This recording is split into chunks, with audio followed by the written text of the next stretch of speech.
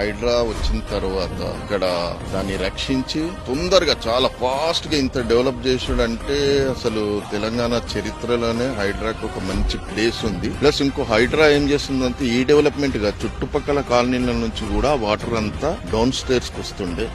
ఇప్పుడు ఏం చేస్తున్నారంటే హైడ్రా వాళ్ళు ఆ పక్కకున్న కాలనీస్ అవన్నీ వాటర్ ని కూడా తీసుకొని పోయి మూసీలో కలిపేందుకు చాలా పెద్ద ప్రయత్నం చేస్తారు.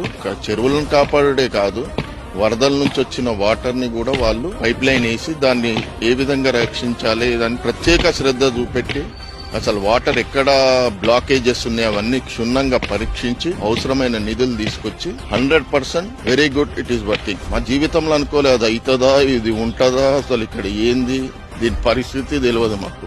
పాపం వాళ్ళు వచ్చి చేస్తే మేమిప్పుడు మా చుట్టాలందరూ ఫోన్ చేసి చెప్తారు, అరే మీ ఇంటి ముందు ఇంత మంచిగా అవుతుందా అని. అది మాకు గర్వకారణమే కదా, హైదరాబాద్ లోనే మాకు గర్వకారణం అది.